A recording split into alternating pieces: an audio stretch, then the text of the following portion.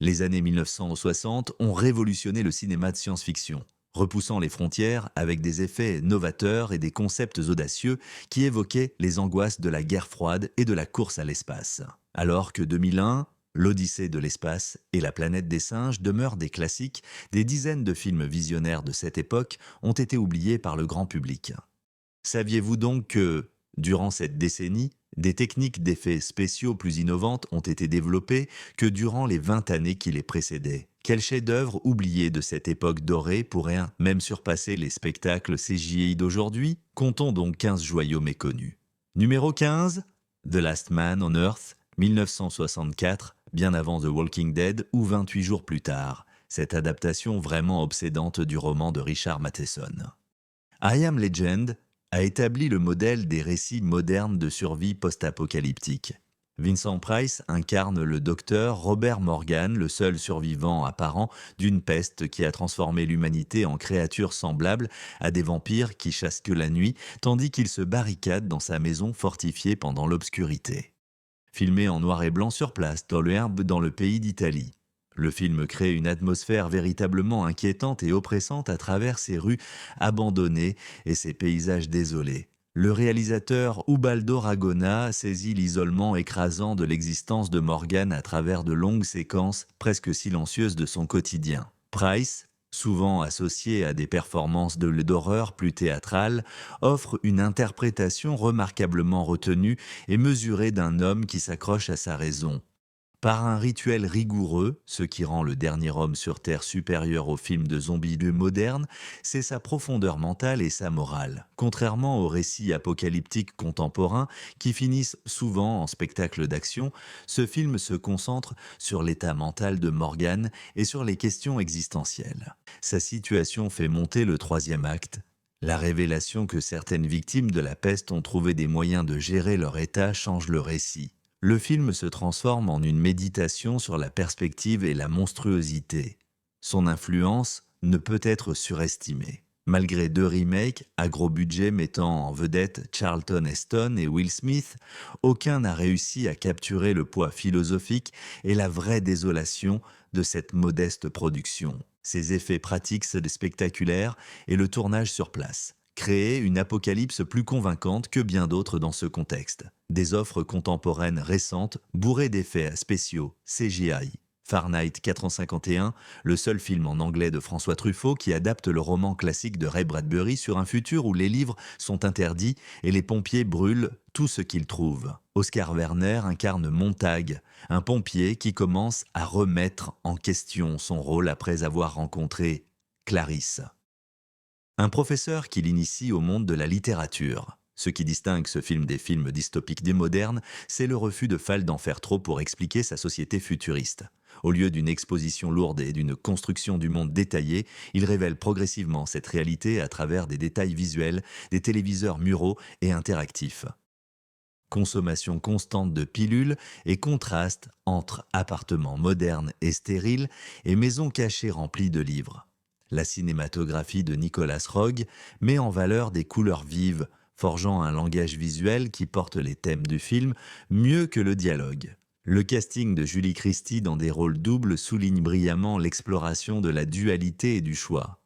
Werner offre une performance d'une subtilité remarquable, transmettant la transformation de Montag de la conformité à la rébellion par simples ajustements d'expression et de posture. Bernard Herrmann recourt à une instrumentation inhabituelle pour créer une atmosphère familière et aliénante pour le film. Les séquences puissantes montrent l'incinération des livres, filmée avec une approche documentaire, faisant de chaque destruction une perte véritable. Souvent, on transforme la dystopie littéraire en engin d'action. La vraie chute renforce l'accent de Bradbury sur les idées et la culture. L'avertissement du film sur une société qui préfère le divertissement à la connaissance semble prémonitoire dans l'ère dominée par les écrans. Montre comment la science-fiction 62e parle des inquiétudes actuelles avec plus de nuances que bien des homologues modernes. Numéro 13, La dixième victime, en 1965, avant Hunger Games ou Battle Royale, cette satire italienne élégante réalisée par Elio Petri imagine un avenir où la chasse légalisée des humains remplace la guerre comme moyen de canaliser les impulsions violentes. Marcello Mastroianni et Ursula Andress jouent les rôles de candidats dans la grande chasse. Une compétition télévisée où chacun alterne entre le chasseur et la proie. L'imagerie visuelle du film demeure très éblouissante. Les décorateurs Piero Poletto et Sergio Canari ont créé un monde d'excès pop art où mode et techno-futuristes se mêlent à l'architecture romaine antique, allant du bikini d'André doté de mitrailleuses intégrées à des lieux méditerranéens baignés de soleil. Chaque cadre offre des compositions frappantes et mémorables. Cela a influencé des générations de photographes de mode et de chefs décorateurs au-delà de ses plaisirs visuels.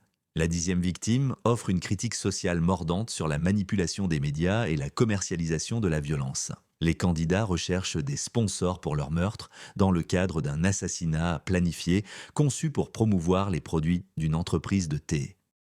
Cette satire sur la publicité et le divertissement prévoit télé-réalité et parrainage de violence par des entreprises des décennies avant que cela ne devienne réalité.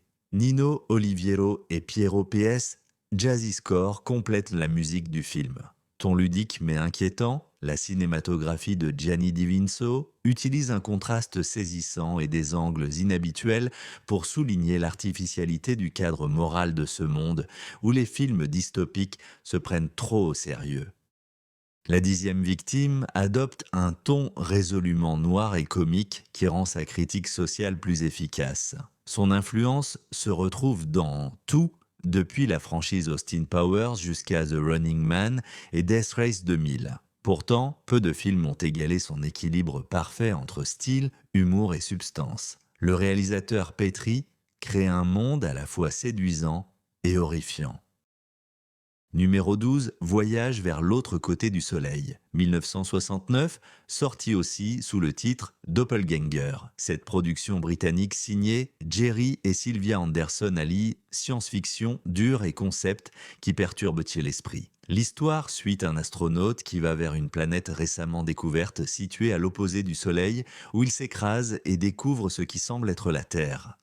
Ce qui rend ce film remarquable, c'est son souci minutieux des détails techniques, rendus par des effets pratiques qui impressionnent encore aujourd'hui. Les Anderson ont apporté leur savoir-faire en miniatures, au tournage, en prise de vue réelle, créant des lancements de vaisseaux spatiaux et des séquences lunaires qui rivalisent avec celles de 2001, l'Odyssée de l'espace, pour une fraction du coût. L'équipe des effets spéciaux de Derek Mattings a construit un vaisseau spatial modélisé avec des pièces mécaniques, fonctionnelles, photographiées lors de multiples prises pour obtenir un éclairage et un mouvement réaliste. Le film explore des concepts scientifiques fascinants sur les univers miroirs bien avant que les dimensions parallèles ne deviennent un cliché de la science-fiction. Plutôt que d'utiliser le concept pour des actions simples, le scénario analyse les enjeux psychologiques et philosophiques. De la découverte de votre moi miroir. La révélation de la vérité par des indices subtils crée un engagement intellectuel. Le réalisateur Robert Parrish propose un réalisme documentaire qui ancre les éléments fantastiques. John Reed emploie un éclairage dur et plan clinique pour établir un monde où la science est devenue la nouvelle religion. Herbert Lamb et Patrick Weimar offrent des prestations d'une autorité glaciale en tant que commandant de la mission, en suscitant l'attention grâce à une pression institutionnelle plutôt que par une malveillance conventionnelle. Contrairement à de nombreux blockbusters de science-fiction moderne qui sacrifient bien la plausibilité scientifique au profit du spectaculaire, ce voyage vers le soleil lointain montre que créativité et savoir-faire peuvent naître susciter l'émerveillement. Sans renoncer à la crédibilité intellectuelle, ces effets pratiques vieillissent mieux que ceux des premiers CGI.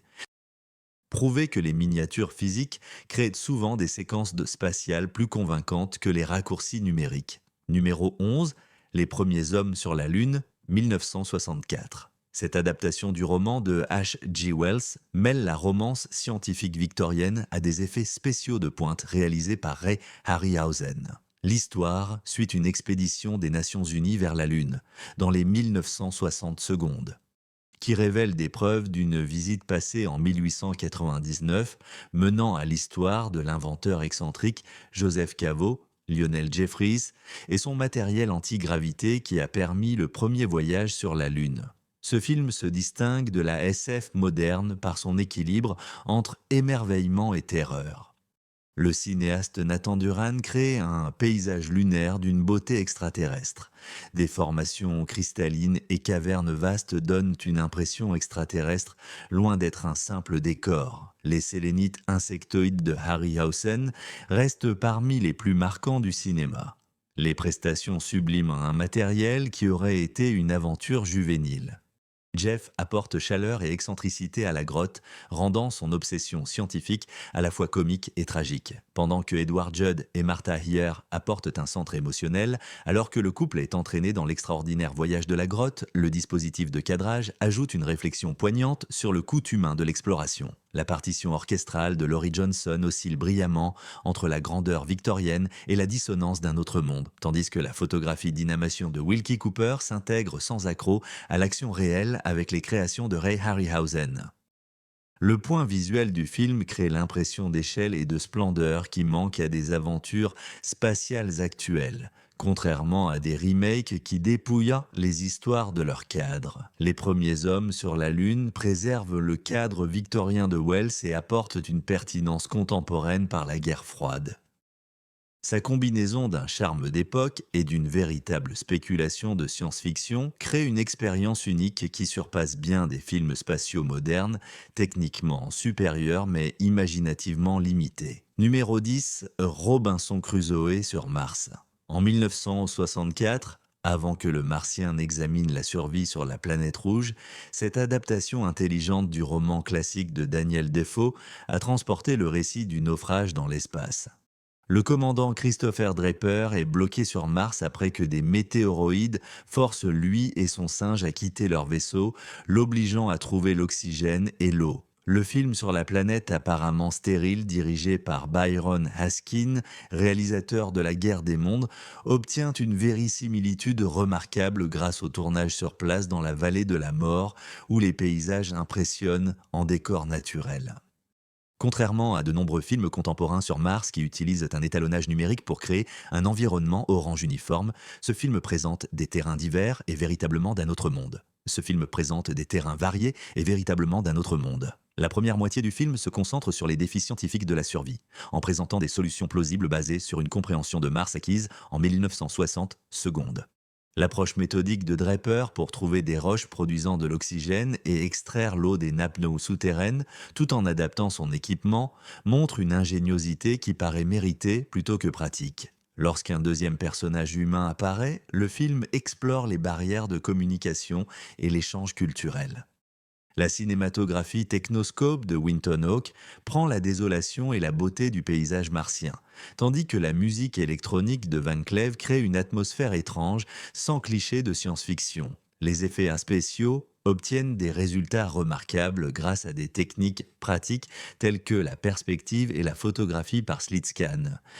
Ce qui rend Robinson Crusoe sur Mars véritablement supérieur à de nombreux films de science-fiction modernes, c'est son respect pour l'intelligence du public. Il présente des problèmes scientifiques et des solutions sans simplification excessive, tout en préservant le réalisme psychologique de l'isolement et en résistant bien à la tentation d'introduire des séquences d'action conventionnelles.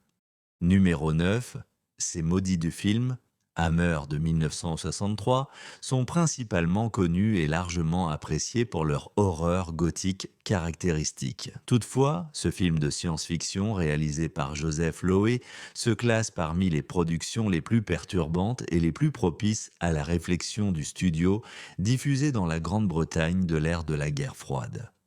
L'histoire suit Simon, touriste américain, et Johan en fuite, qui découvrent un centre secret d'État abritant des enfants radioactifs destinés à survivre à l'apocalypse nucléaire. Ce film montre la capacité de Lowe à mêler les genres, débutant comme un drame britannique sur la délinquance juvénile avec la bande violente des Teddy Boys, dirigée par Oliver Reed, avant de devenir progressivement une parabole vraiment glaçante de science-fiction. La critique sociale du film opère sur divers niveaux, abordant le conflit générationnel, la répression sexuelle, l'anxiété nucléaire et l'empiètement du gouvernement. Filmé en noir et blanc par le directeur de la photographie Arthur Grant. Le film oppose le tourisme balnéaire de Weymouth, avec des bunkers en béton brut abritant des enfants radioactifs. Cette juxtaposition visuelle produit un commentaire plus inquiétant que celui de nombreux films apocalyptiques plus explicites. Les performances atteignent une profondeur remarquable pour ce qui aurait pu être des personnages types. Vivka Lindfors apporte une motivation complexe aux scientifiques qui supervisent les enfants, tandis que les enfants radioactifs transmettent beau l'innocence et une étrangeté venue d'un autre monde.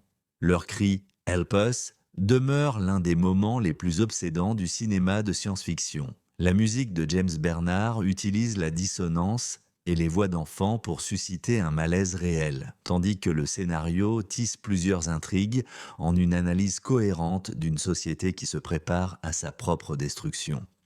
Contrairement aux films dystopiques de contemporains, qui simplifient souvent des enjeux sociaux complexes en héros et en méchants clairement définis, ceux-ci sont damnés. Ils entretiennent l'ambiguïté morale tout au long. Numéro 8, la création des humanoïdes, tournée avec un budget minuscule, des caméras statiques et peu d'effets spéciaux. Ce film de science-fiction philosophique offre pourtant des idées plus provocantes que bien des blockbusters modernes après qu'une guerre nucléaire a décimé la population de la Terre. L'histoire montre une société où des robots de plus en plus avancés sont faits pour faire les tâches essentielles, malgré l'opposition croissante d'une organisation anti-robot, l'ordre de la chair et du sang. Ce qui rend ce film exceptionnel, c'est son engagement à explorer des questions éthiques plutôt que des séquences d'action. Le réalisateur Wesley Berry consacre une part importante du temps d'écran à des débats philosophiques sur ce qui constitue l'humanité, la nature de la conscience et l'éthique de la création de vie artificielle. Ces scènes préfigurent des discussions similaires dans Blade Runner, Westworld et Ex Machina, mais souvent avec plus de nuances et moins de compromis face aux exigences commerciales. Don Mega One donne au rôle de Kenneth Krause, chef du mouvement anti-bot, dont les préjugés vacillent lorsqu'il découvre la liaison de sa sœur avec un humanoïde. La révélation progressive des capacités des humanoïdes. Une science-fiction qui pousse réellement à bien réfléchir et qui interroge les frontières entre vie naturelle et la vie artificielle. La cinématographie de Hal Moore fait de la nécessité une vertu par un éclairage théâtral, pour des compositions bien frappantes malgré un mouvement limité. Le maquillage humanoïde produit des êtres inquiétants, évitant la mignonnerie des robots, comme R2-D2, et l'allure des humains en costume dans des productions récentes, tout en manquant le spectacle visuel de la science-fiction moderne. La création des humanoïdes montre comment un récit axé sur les idées peut produire un impact plus durable que les effets spéciaux. Ces questions centrales sur l'intelligence artificielle et l'identité humaine restent pertinentes à l'ère de l'IA qui progresse vite, démontrant que la réflexion peut vieillir mieux que l'innovation technologique. Le noir de science-fiction de Jean-Luc Godard suit l'agent secret Le Mycossion qui s'y infiltre dans Alphaville, une cité dystopique véritablement inquiétante, rigoureusement contrôlée par un ordinateur tyrannique appelé Alpha 60, lequel a interdit l'émotion et l'individualisme. Sa mission consistant à détruire l'ordinateur devient progressivement compliquée lorsqu'il tombe amoureux de Natacha. Fille du créateur d'Alphaville. Ce qui rend Alphaville révolutionnaire, c'est le refus des clichés futuristes par Godard. Au lieu de décors élaborés, il tourna dans le Paris contemporain, utilisant l'architecture moderne, des blocs brutalistes et des bureaux d'entreprise pour créer sa dystopie. Cette approche démontre comment l'innovation conceptuelle peut créer une fiction spéculative plus efficace que le spectaculaire technique. Le style visuel du film allie l'esthétique du film noir à des techniques avant-gardistes. Raoul Tarz, une cinématographie en noir et blanc à contraste élevé, crée des compositions sombres dignes de Fritz Lang, alors que les jump cuts de Godard et les motifs de montage désorientants reflètent dans la fragmentation de l'humanité sous la règle d'Alpha 60.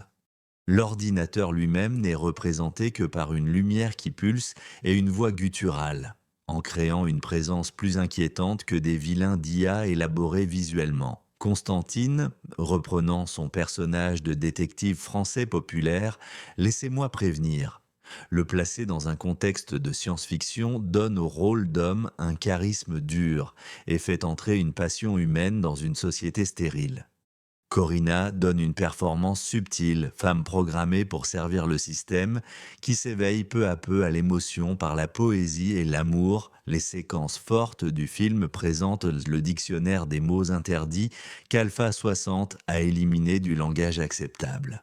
Cette exploration du totalitarisme linguistique paraît plus sophistiquée que bien des récits dystopiques actuels.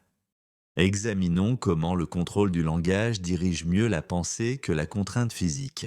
Contrairement à la science-fiction moderne qui s'appuie sur des univers construits et des effets visuels, Alphaville montre que la réalité telle qu'elle est, vue par une lentille conceptuelle, peut inspirer des idées plus profondes que la fantaisie coûteuse. Son influence se voit partout, de Blade Runner à Matrix, mais bien peu de films atteignent vraiment son ambition. 6. L'AE 1962. Le chef-d'œuvre de Chris Marker dure 28 minutes et est entièrement constitué de photos en noir et blanc. Photographie fixe crée l'une des narrations obsédantes du voyage dans le temps au cinéma, après que la Troisième Guerre mondiale a rendu la Terre inhabitable. L'histoire suit d'un prisonnier forcé de voyager dans le temps, attaché à un souvenir d'avant-guerre. L'innovation formelle du film donne une métaphore du souvenir et des marqueurs du temps. Un montage brillant suggère mouvement et émotion par la relation entre images fixes qui résonnent dans chaque image. Alors que la narration apporte le contexte sans éluder les mystères de l'histoire, ce bref mouvement crée l'un des instants les plus émotionnels du cinéma, parce qu'il rompt justement avec le format d'image établi. Cette technique montre comment des contraintes formelles peuvent produire un effet plus fort que des ressources techniques illimitées. La partition de Trevor Duncan mêle éléments classiques et sons concrets pour créer une atmosphère désorientante. Cela renforce profondément la structure fragmentée. La conception sonore crée un avenir plus convaincant que bien des films pour le public avide. Avec un budget de 100 millions de dollars, elle explore des idées sur la prédestination, la mémoire et le désir, avec économie et résonance émotionnelle. Sa structure circulaire crée une boucle parfaite et fermée qui a influencé d'innombrables histoires de voyage dans le temps.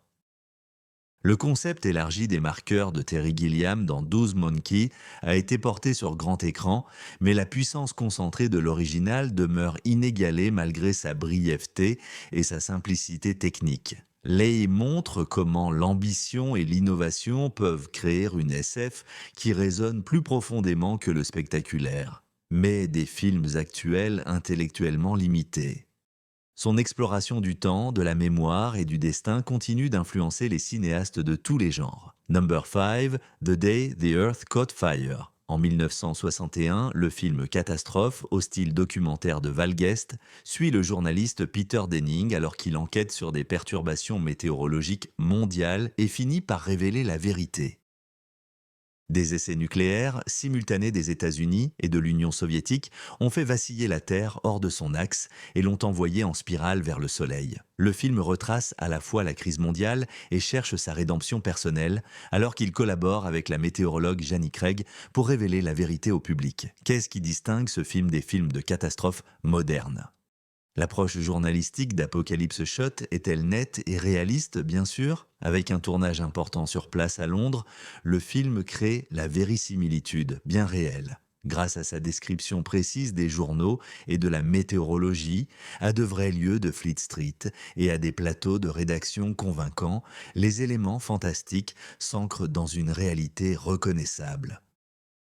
Les effets spéciaux donnent un impact notable grâce à des techniques pratiques et à un déploiement stratégique. Plutôt que d'accabler les spectateurs par un spectacle constant, les personnages créent la tension via des détails environnementaux en intensifiant la chaleur, le rationnement de l'eau et les troubles sociaux. La technique visuelle frappante du film crée l'ambiance mieux que bon nombre d'étalonnages modernes. Les performances élèvent un matériau qui aurait pu n'être que sensationnaliste. Judd apporte au récit une lassitude du monde convaincante. Il crée un protagoniste faillible dont alcool et cynisme cèdent face à un but renouvelé, alors que Monroe offre intérêt romantique et contrepoint scientifique naviguant dans le secret d'État. Leo McKern signe une prestation de soutien remarquable, journaliste vétéran. Garder l'humour noir face à une extinction potentielle, certes. La fin ambiguë du film offre une complexité vraiment rarement vue dans les récits catastrophiques. Ce refus d'offrir une résolution claire, associée à l'examen lucide de la responsabilité humaine face à une extinction possible, crée une science-fiction qui respecte l'intelligence du public plus que les contemporains. Numéro 4, Voyage fantastique. En 1966, l'aventure révolutionnaire de Richard Fleischer suit une équipe de scientifiques miniaturisés et injectés dans le corps d'un savant comateux pour effectuer une chirurgie du cerveau de l'intérieur avec seulement 60 minutes avant qu'ils ne redeviennent normaux. L'équipage doit naviguer dans le système circulatoire humain à bord de leur sous-marin microscopique, tout en affrontant à la fois des anticorps naturels et un saboteur potentiel parmi eux. Les effets spéciaux novateurs du film tiennent très bien la comparaison avec les CGI modernes. Les directeurs Jack Martin Smith et Dale Hennessy ont créé d'immenses décors représentant l'intérieur du corps humain, utilisant des techniques astucieuses comme des huiles flottant dans des cuves pour représenter le plasma et bâtissant de grands modèles physiques d'organes et de vaisseaux sanguins.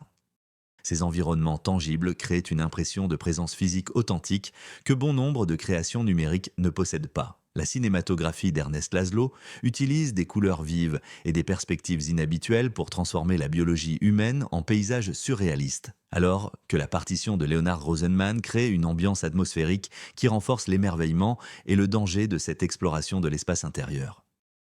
Les recherches de l'équipe de conception de production avec des illustrateurs médicaux ont abouti à des environnements anatomiques qui équilibrent la précision scientifique et l'interprétation artistique. Le casting d'exception porte l'idée directrice du projet. Stephen Boyd apporte un héroïsme stoïque en tant qu'agent de sécurité Grant. Alors que Raquel Welch apporte glamour et crédibilité scientifique à son rôle d'assistante technique, Cora, Donald Pleasant crée une menace subtile, comme celle du docteur potentiellement traître. Michaels tandis que Arthur Kennedy et William Redfield complétaient l'équipe avec des personnalités distinctes.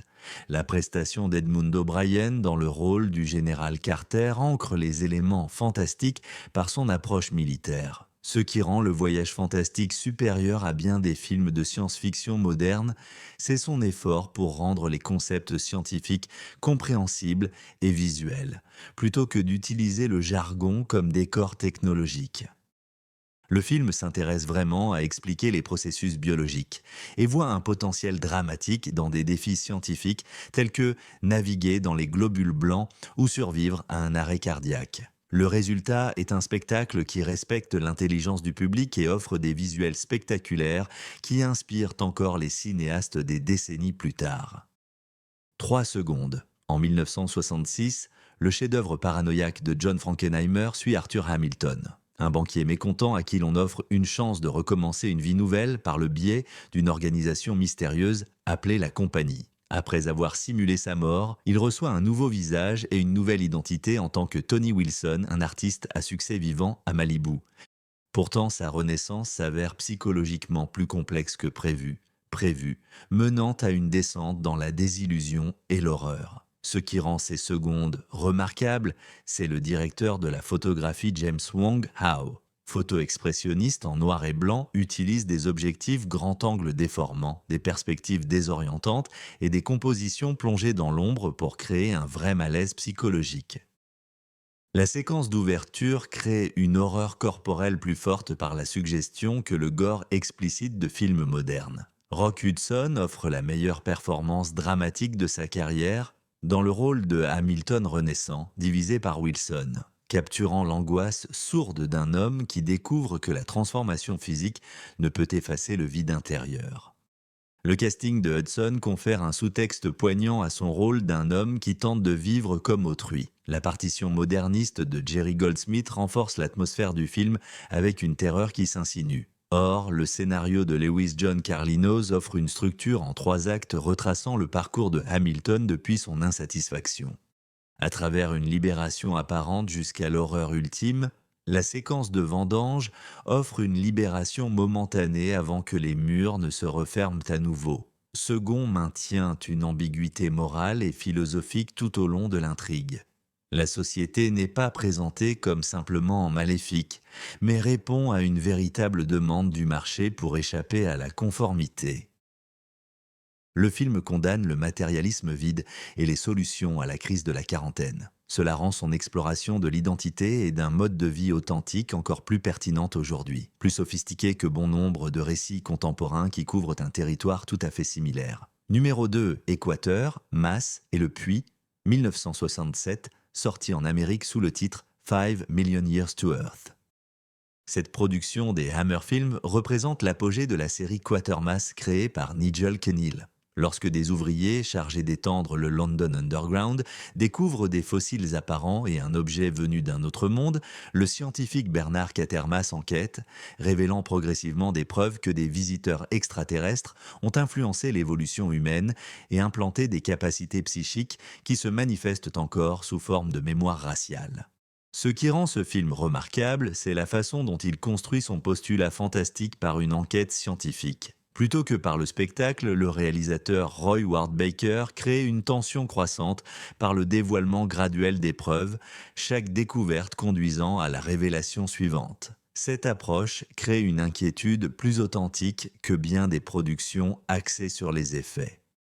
Les effets pratiques du film obtiennent un impact remarquable grâce à une mise en œuvre stratégique. Le vaisseau spatial martien devient de plus en plus menaçant à mesure que son influence croît, alors que les aperçus des extraterrestres insectoïdes conservés créent une peur véritable d'un autre monde. La séquence culminante atteint une ampleur apocalyptique grâce à des techniques optiques simples mais efficaces. Les prestations ancrent les éléments fantastiques dans une réalité crédible. Keir apporte une intelligence autoritaire à Quatermass, rendant l'exposé urgent et tout naturel. Tandis que James Donald offre un contrepoint parfait, en archéologue plus prudent, Barbara Shelley transcende le glamour habituel des films Hammer et incarne Barbara Judd, vraiment sensible. Alors que Julian Glover incarne l'étroitesse d'esprit militaire, Colonel Breen, ce qui élève la masse équatoriale dans la fosse au-dessus de bon nombre de films modernes de science-fiction, c'est son ambition intellectuelle. Le scénario de Neil explore l'évolution, la mémoire raciale, les origines des idées religieuses et les démons en enfer, et la base génétique de la violence humaine. Sa suggestion selon laquelle le potentiel humain, tant pour les capacités psychiques que pour la haine destructrice, pourrait avoir des origines extraterrestres, contribue à une science-fiction plus réflexive et stimulante, bien plus provocatrice que de nombreuses œuvres contemporaines techniquement supérieures mais conceptuellement limitées. Premièrement, La face d'un autre, 1966, le chef-d'œuvre obsédant d'Hiroshi Teshigahara, explore l'aliénation identitaire et les limites morales dans l'histoire d'un homme d'affaires au visage défiguré. Lors d'un accident industriel, un psychiatre lui offre un masque réaliste qui restaure son apparence et lui donne une identité. Ce drame japonais de science-fiction psychologique est extraordinaire pour ses techniques expérimentales et sa profondeur philosophique. Le directeur de la photographie Hiroshi Sagawa crée des compositions visuelles fortes qui externalisent l'identité fragmentée du protagoniste à travers des miroirs, des écrans scindés et des cadres pour suggérer un moi fracturé. Les salles blanches du cabinet du psychiatre contrastent avec des paysages urbains ombragés, créant des métaphores visuelles pour le trajet du protagoniste entre recours médical et dissolution morale. Le design de production du film signé Masaya Masaki et Ai Tazaki unit surréalisme et précision clinique. Le laboratoire psychiatrique crée un espace qui paraît scientifiquement plausible et psychologiquement déstabilisant sans recourir aux tropes futuristes conventionnelles. Nakadi offre une performance d'une subtilité remarquable dépeignant des personnalités distinctes avec et sans le masque. Surtout par la présence physique et la modulation de la voix. Sa transformation d'une victime compatissante en AOR expérimentateur se produit progressivement. Les spectateurs deviennent complices de sa dégradation morale. Le récit d'une jeune femme au visage marqué offre un contrepoint thématique. Explorer comment la différence visible influence l'identité féminine. En contraste avec la tromperie cachée de l'homme masqué, la musique de Torutatsu avant-garde réunit instruments classiques et techniques de musique concrète pour créer un paysage sonore qui renforce la tension psychologique du film. Son emploi de la dissonance et du silence crée une inquiétude plus vraie que la pompe orchestrale de films SF actuels. Ces films de science-fiction oubliés des années 60 montrent comment la créativité, la profondeur philosophique et l'innovation visuelle peuvent laisser une empreinte plus durable que le simple spectacle technique. Alors que les blockbusters d'aujourd'hui privilégient les images numériques au détriment de l'ambition, ces classiques misent bien sur des effets pratiques, une écriture soignée et des performances humaines authentiques pour sonder l'identité. L'avenir de la société et de l'humanité